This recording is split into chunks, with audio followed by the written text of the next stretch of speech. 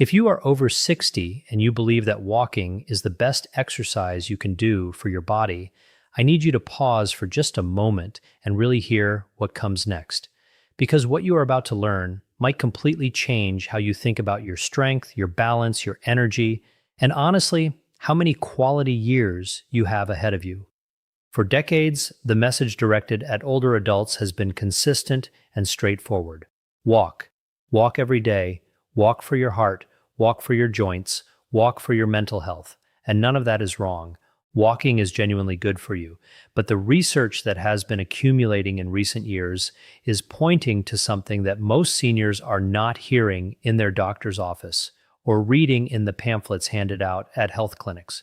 For people over 60, there is one simple exercise that surpasses walking in its ability to protect your independence, rebuild your strength, and reduce your risk of the events that most threaten your quality of life in the years ahead. Most seniors are not doing it at all. And today you are going to learn exactly what it is, why it matters so profoundly, and precisely how to start doing it safely, regardless of where you are right now. Before anything else, let me ask you an honest question.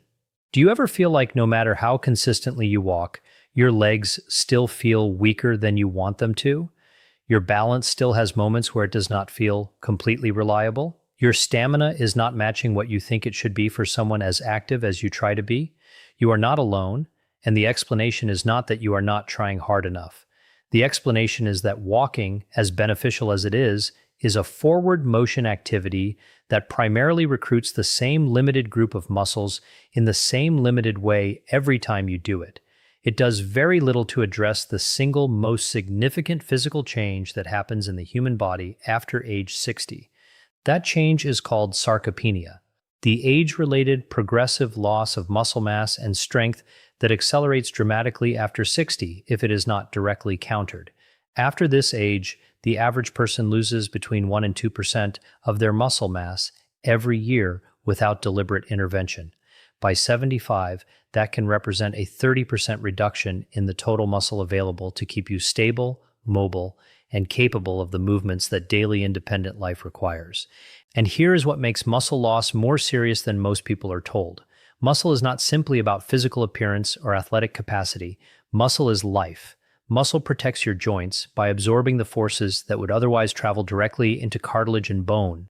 Muscle keeps your blood sugar stable by providing the primary tissue that absorbs glucose from the bloodstream. Muscle supports your skeleton and maintains the posture that prevents the back pain, neck stiffness, and breathing difficulty that compressed posture creates over time. Muscle allows you to react quickly when balance shifts unexpectedly, and that reaction speed is what stands between you and a fall in the critical moment when a fall becomes possible. The research on this is unambiguous, and it deserves more attention than it receives. The single strongest predictor of whether you will continue to live independently in your 70s, 80s, and beyond is not your cholesterol number, not your weight, not even how many steps you accumulate per day. It is how strong your legs are, how stable your balance is, and how quickly and safely you can move from sitting to standing.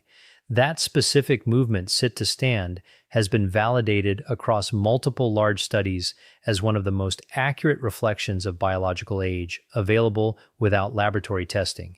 And that brings us to the exercise.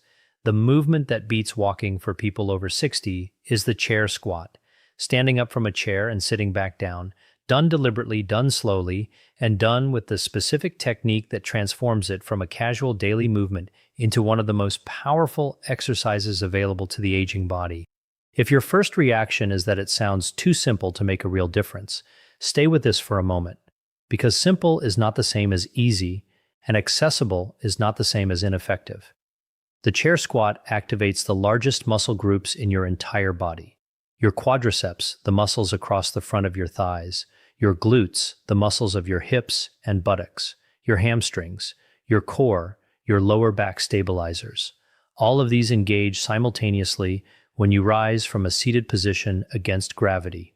These are precisely the muscles you need for walking, for climbing stairs, for getting out of bed in the morning, for carrying bags from the car, for stepping over a threshold without stumbling. Walking uses these muscles at a fraction of the intensity the chair squats demand, which is exactly why someone can walk faithfully every day and still struggle to rise from a low chair without pushing off with both hands. The walking simply did not train the muscles the way that movement requires. Here is the physical reality that makes this distinction concrete. Every time you stand up from a chair, you are lifting almost your entire body weight against gravity. That is genuine resistance training. Walking, by contrast, supports only a fraction of your body weight at any moment because one foot always maintains ground contact. The load is distributed, reduced, and maintained at an intensity that maintains existing capacity without building new capacity. This is why walking is excellent for cardiovascular conditioning and mental wellness, while being insufficient as a strategy for fighting sarcopenia. It simply does not provide the stimulus that aging muscles need to rebuild and maintain themselves. Before the thought arrives that knees or back or current fitness level make this inaccessible, hear this directly. The chair squat is one of the safest exercises in the entire toolkit of physical rehabilitation. Physical therapists around the world use it as the foundation of fall prevention programs, post-surgical recovery, and long-term mobility work precisely because it is so controllable. You determine the depth. You determine the speed.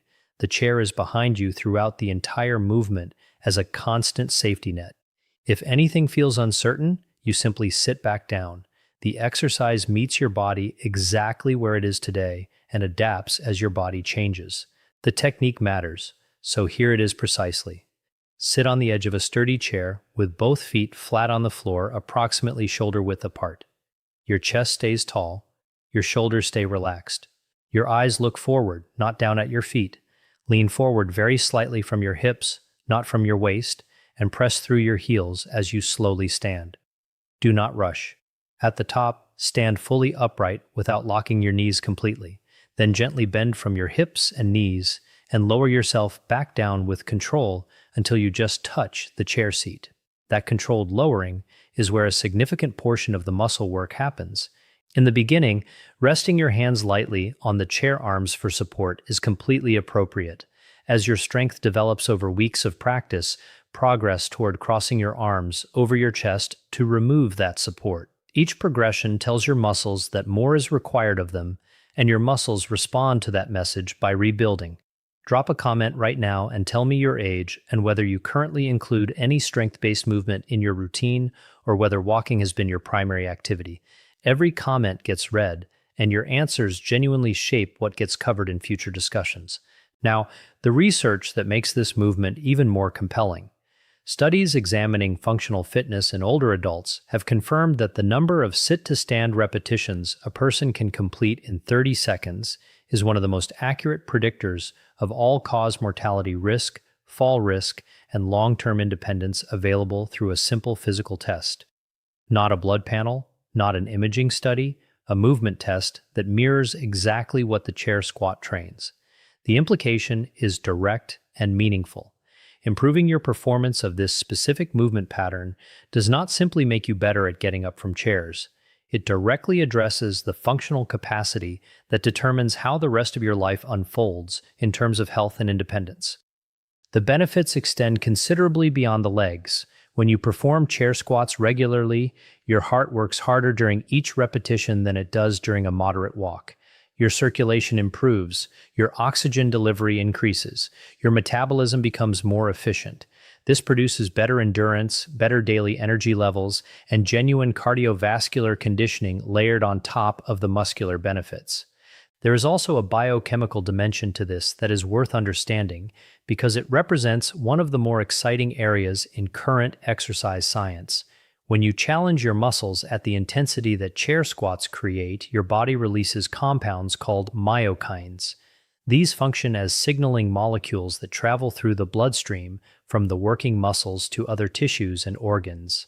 Research has demonstrated that myokines reduce systemic inflammation, improve insulin sensitivity, support brain health and cognitive function, and may contribute to protection against certain chronic diseases.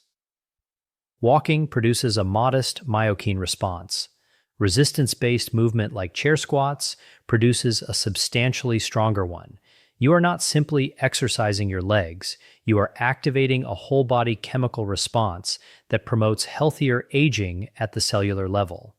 The balance dimension of this exercise deserves specific attention because falls represent one of the most serious threats to independence after 60. A single significant fall can change everything about how life is lived. Hip fractures, head injuries, and the fear that follows a fall can each, in different ways, compress the range of what feels possible. The statistics on falls in this age group are genuinely sobering, and the traditional advice, be careful, hold on to things, is inadequate preparation for the actual physical demands of balance recovery. Chair squats train balance and the neurological components of fall prevention more directly than walking does. Every slow, controlled repetition requires your nervous system to coordinate the activation of multiple muscle groups simultaneously while maintaining your center of gravity over your feet. Your brain and muscles practice this conversation repeatedly. The result is that your nervous system becomes more competent at the rapid, automatic adjustments that prevent a stumble from becoming a fall. This is the specific physical skill that fall prevention requires, and it develops through exactly the kind of slow, controlled, loaded movement that chair squats provide. Now, let me address the concern about joint pain directly, because it is the concern that most frequently stops people from exploring strength training, and it deserves a thoughtful answer rather than dismissal. When you lower yourself slowly and under control during a chair squat, your muscles absorb the majority of the mechanical load. This is fundamentally different from high-impact activities that send sharp forces through joints with little muscular buffering. The slow lowering phase is actually gentle on knees and hips when performed correctly because the muscles surrounding those joints are doing the work that the joints themselves would otherwise have to absorb. If your knees are sensitive, reduce the depth of your movement. You do not need to lower yourself all the way to the chair to receive significant muscular benefit. Moving through half the range while keeping the muscles engaged produces real training stimulus. If your back has been an issue, focus on keeping your chest tall throughout the movement and initiating the stand by pressing through your heels rather than leaning forward excessively. If you have been inactive for an extended period, start with 3 or 4 repetitions. The size of the beginning is not the point. The consistency of the practice is the point. This is worth repeating because it contradicts the instinct many people have about exercise. Consistency outperforms intensity every single time in the context of sustainable improvement for adults over 60. 5 minutes done nearly every day will produce more meaningful, lasting change than an intense session done once a week. Your muscles respond best to frequent, gentle reminders that strength is still required of them. Those reminders do not need to be dramatic to be effective. Breathing adds a layer of effectiveness that is easy to implement and makes a genuine difference in how the movement feels and how safely it can be performed. As you press upward from the chair, exhale gently through your mouth. As you lower yourself back down with control, inhale through your nose. This breathing pattern helps stabilize your core throughout the movement, supports your spine, and helps maintain more stable blood pressure during the effort. It also focuses your attention on the movement itself rather than allowing the repetitions to become mechanical and inattentive.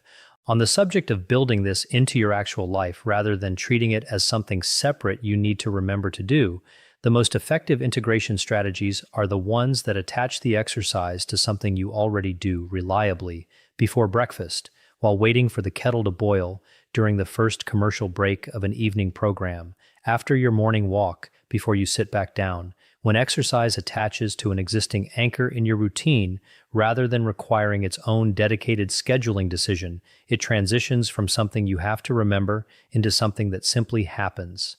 That transition is the behavioral key to sustainable practice. A patient comes to mind who represents the transformation that consistent chair squat practice produces. A woman in her late 70s came in having become increasingly reliant on holding furniture and walls as she moved around her home. She had been walking regularly and was frustrated that her walking had not addressed the instability that was quietly limiting how freely she moved. We introduced a very modest chair squat practice, 5 repetitions once daily to begin. Within 3 weeks, she commented that she had noticed herself reaching for the wall less frequently. At 8 weeks, she stood up from the couch one evening without using her hands, and then stayed still in the kitchen for a moment, surprised by what she had just done without thinking. At 3 months, her daughter called to say that her mother seemed like a different person in terms of how she moved through the house. None of this came from dramatic effort. It came from a quiet 5-minute daily practice repeated with intention. This is not an isolated case. It reflects what research on progressive resistance training in older adults consistently demonstrates. The body at 60, at 70, at 80 retains a remarkable capacity to respond to appropriate strength stimulus. The response may be somewhat slower than it was at 40, but it is real, it is meaningful, and it produces the functional improvements that walking alone cannot provide. Now, the progressions that take this exercise further, once a foundation of strength and confidence has been established. The first progression requires no additional equipment or space. Simply slow down the lowering phase. Instead of sitting back down at a normal pace, lower yourself over 3 controlled seconds. 1, 2, 3. That slow lowering, called an eccentric contraction, creates a stronger muscle growth stimulus while remaining completely safe because the chair is still there to receive you. It is a significant increase in training demand without any increase in risk. The second progression involves adding a brief pause. After you stand fully upright, hold the standing position for 2 to 3 seconds before beginning to lower back down. This pause challenges your balance, strengthens your standing stability, and adds work to the muscles of your hips and core that support your upright posture throughout the day. The third progression, available once you are comfortable with the movement and no longer need hand support, is to slow both phases. 3 seconds up, brief pause, 3 seconds down. This full slow movement repetition creates substantial muscular demand, while the controlled pace removes any impact or jarring. It is as safe as the original movement while being considerably more challenging.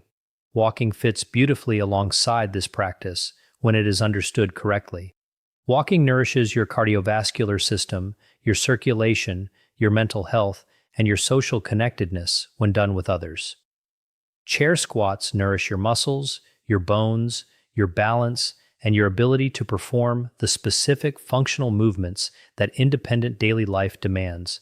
They are not competing priorities. They are complementary ones. Think of walking as the meal and chair squats as the essential nutrient that the meal alone cannot provide.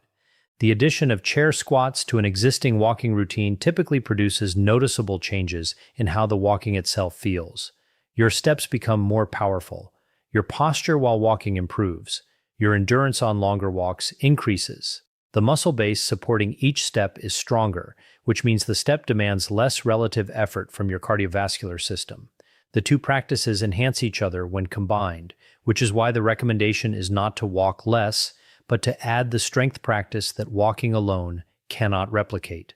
Before we close, something important needs to be said for anyone who has felt discouraged about their physical condition or who has tried exercise approaches in the past that did not produce the results they hoped for.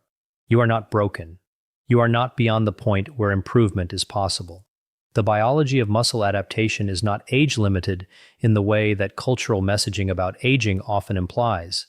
The research on strength training in adults in their 70s and 80s is consistent and genuinely encouraging. Given appropriate stimulus, appropriate recovery, and consistent practice, older muscles rebuild. Older balance improves.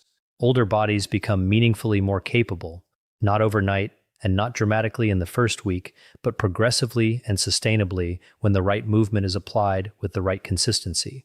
Your body is listening for the signal that strength is still required.